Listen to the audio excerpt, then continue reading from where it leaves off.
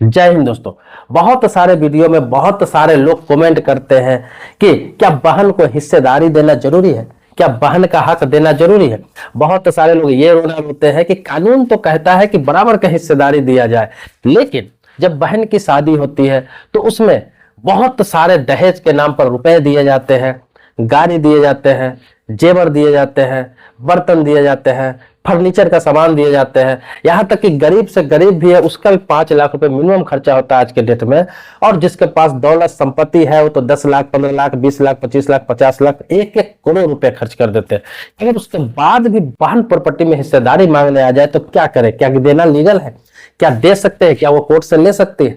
तो मैं आपको बता दूं, देखिए कानून क्या कहता है, आपको बहन को अपने बराबर हिस्सेदारी देना है। जैसे कि आप 4 भाई है, 2 बहन है, तो चारों भाई का जितने जितने हिस्सा होगा उतना उतना बहन का भी हिस्सा होगा।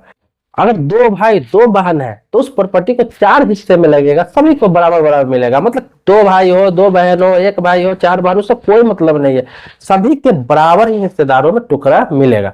मतलब कोई भी प्रॉपर्टी का टुकड़ा बराबर बराबर मिलेगा, या फिर किसी प्रकार का संपत्ति है, चल अचल संपत्ति सब में मिलेगा।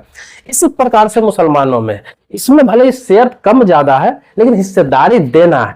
जैसे कि मुसलमानों में क्या है, मुस्लिम लोग कहता है प्रॉपर्टी के मामले में कि भाई के आधा बहन को मिलता है। जैसे 2 भाई है और 1 बहन, अब मान लीजिए 100 गज जमीन का प्रॉपर्टी का बंटवारा करना है तो 40-40 गज भाइयों को मिलेगा, 80 गज हो गया, और 20 गज 1 बहन को मिलेगा। मतलब 2 भाई 1 बहन के मामले में बोल रहा हूं। इसी प्रकार से अगर 2 भाई 2 बहन है, 4 भाई 4 बहन है, 2 भाई 3 बहन है, तो इसी हिसाब से आपको हिस्सेदारी होगा। मतलब जितने भाइयों में हिस्सा आएगा उसका आधा हिस्सेदारी बहन में मिलेगा, जितना बहन है तो फिर उसी हिसाब से मिलेगा।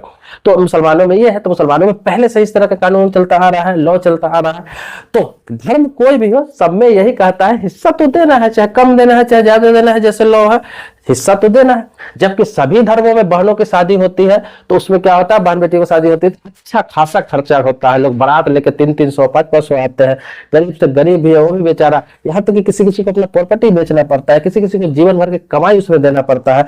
भाई अपनी कमाई से अपने बहन की शादी करती है, लेकिन जब शादी हो जाता है तो बाद में वो मांगने चली जाती है, तकलीफ होता है। तो इस पर बहुत सारे सवाल करते रहते हैं लोग, पूछते रहते हैं। बहुत सारे लोग जूझ भी रहे, बहुत सारे तो कोर्ट में मुकदमा चल रहा है, लड़ रहा है बहन भाई हिस्सेदारी के लिए। तो आपको बताओ, कानून ये कहता है कि बहन को हिस्सेदारी देना है, लेकिन कानून ये भी कहता है कि बहन की शादी में नाजायज खर्च नहीं करना है। दहेज देना कानूनन अपराध है। अगर आप दहेज देते हैं तो आप भी दोषी है और लेने वाला भी दोषी है। तो जब कानून आपको दहेज देने से मना किया हुआ है, शादी में नाजायज खर्चा करने से मना किया हुआ है, बहुत सारे फिजूल खर्चे से मना किए हुआ है, उसके बाद भी आप करते हैं, तो कानून ये बात कैसे मानेगा कि आपने इतना खर्चा किया? क्या तो आपने तो अपने मर्जी से दिया। यहां पर करना क्या था कि जिस लड़की को आप हिस्सेदारी की बात करें, तो जिस तरह से लड़का एजुकेशन ले रहा है, पढ़ाई कर रहा है, कुछ आगे अपना करियर संभाल रहा है, उस तरह से अगर लड़की का भी परवरिश किया जाए तो वहां पे तो दहेज देने की नौबत ही नहीं आएगी। जब दहेज देने की नौबत नहीं आएगी, लड़की खुद से शादी करेगी, खुद से उसको बड़ा अच्छा सा मिल जाएगा, खुद लड़का का ऑफर आएगा, तो न लड़का में खर्च होगा ज्यादा, न लड़की में खर्च होगा, और जो प्रॉपर्टी होगा सब बराबर में। इस हिसाब से लॉ बनाया गया था। देखिए एग्जाम्पल के तौर पर बता दे रहा हूं कि किसी IAS कोई लड़की हो जाती है तो क्या उसके शादी के लिए लड़का खोजना होता है? क्या कोई लड़की SDM हो जाती है उसके लिए लड़का खोजना होता है? क्या कोई लड़की डॉक्टर हो जाती है उसके लिए लड़का खोजना होता है? क्या लड़की कोई टीचर हो जाती है, क्या उसके लिए लड़का खोजना होता है? वो लड़की खुद देख लेती है, या फिर कोई अच्छा लड़का तो खुद ऑफर आ जाता है शादी के लिए, उसके बराबरी में या फिर उससे उच्च ओहदे का लड़का खुद आ जाता है, शादी हो जाती है। तो चाहे भले चपरासी ही क्यों ना हो, लड़की छोटी है, जॉब क्यों नहीं कर रही है, किसी प्राइवेट सेक्टर में ही क्यों नहीं जॉब कर रही है, या फिर अच्छी पढ़ी लिखी, तो अगर बराबर का उसको करिएगा, बराबर के हिसाब से उसको सब चीज अगर शुरू से करते आप आएंगे तो ये देने का नौबत ही आएगा। अब देखिए बहुत सारे लोग कहते हैं कि बड़े बड़े लोगों का लड़की तो बहुत क्वालिफाइड होती है, अच्छे जॉब भी करती है, अच्छे पोस्ट में रहती है, फिर भी दहेज देते हैं। दहेज देते हैं तो लड़की अपना खुद कमा लेती है कि खुद दे सकती है, खुद के पैसों से दे सकती है, वो माँ बाप के पैसे खर्च वहां पे नहीं करवाती। तो ये कानून का बात बता रहा हूं मैं, खुद से ये बात नहीं, कानून का ये कहना है कि अगर बराबर दोनों का अधिकार बचपन से दे रहा है, बराबर हक दे रहा है, बराबर दोनों को पैर पे खड़ा करने के लिए आप मेहनत कर रहे हैं, बराबर एजुकेशन दे रहा है, तो अगर वो उस लायक हो जाता है तो फिर आपको पैसे खर्च होते ही नहीं है। तो जो पैतृक संपत्ति है, जो एंसेस्टर प्रॉपर्टी है, उसमें तो बराबर लेगी, ये कानून कहता है। अब आप शादी क्यों कर रहे हैं, उसको 2 लाख 4 लाख 5 लाख 10 लाख 20 लाख खर्चा करके, ये आपका मसला है, ये कानून नहीं मानता है इन बातों को। आपको एक सच्चाई बता दो कि बहुत सारे लोग बेवजह के कोर्ट में लड़ते रहते हैं, बहन के लिए कि बहन को हिस्सा नहीं देना है, ये नहीं देना, वो नहीं देना, अपना बिल तैयार रखते हैं, अपना खर्च तैयार रखते हैं कि मैंने ये किया इसलिए हिस्सेदारी नहीं देना। आपको जानकारी के लिए बता दूं कि आप पूरा एड़ी चोटी लगा दे, ताकत लगा दे, कुछ भी कर ले, उससे कोई फायदा नहीं है। अगर बहन आपसे हिस्सेदारी लेना चाहे तो आपको किसी भी हालात में देना पड़ेगा।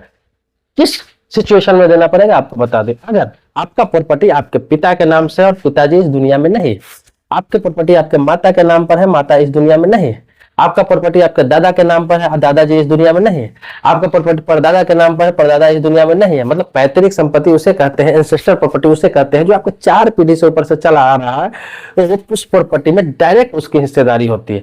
बशर्ते उस प्रॉपर्टी का बिल न बनाया गया हो किसी के पर्सनल नाम से, या फिर वसीयत नहीं किया गया हो। बिल वसीयत दोनों एक ही होता है। अगर नहीं करके गया हुआ है या फिर गिफ्ट डीड करके नहीं गया हुआ है आपके फादर, आपके दादा, आपके परदादा किसी के नाम से पर्सनली, तो फिर उसमें सभी का हिस्सेदारी होता है जो उसके वंशज होते हैं। तो उसमें लड़का हो लड़की हो सभी उसमें आ जाता है। तो उसमें अगर लेना चाहे तो आप रोक नहीं सकते हैं, किसी प्रकार से उसे बेदखल आप नहीं कर सकते हैं। तो इस तरह का मामला आप कोर्ट में लेकर जाते हैं तो उसका कोई बेनिफिट नहीं, कोई फायदा नहीं है। 10 साल 15 साल 20 साल सिर्फ लड़ना है, बाद में रिजल्ट वही होना है। क्योंकि पार्टीशन छूट जब डल जाता है तो वहां पर बराबर हिस्सेदारी का मामला आ जाता है, चाहे 5 साल में फैसला है, 10 साल में फैसला है, चाहे 20 साल में फैसला है। पार्टीशन छूट में सीधा जो भी है आपका, चाहे भाई है चाहे बहन हो, सबको बराबर हिस्सेदारी होता है, बशर्ते प्रॉपर्टी मैंने जो बताया उसके नाम से होना चाहिए। अब आपको बता दे रहा हूं कि प्रॉपर्टी अगर आपके खुद के नाम से तो उस पर बहन नहीं ले सकती है, सबको पता है।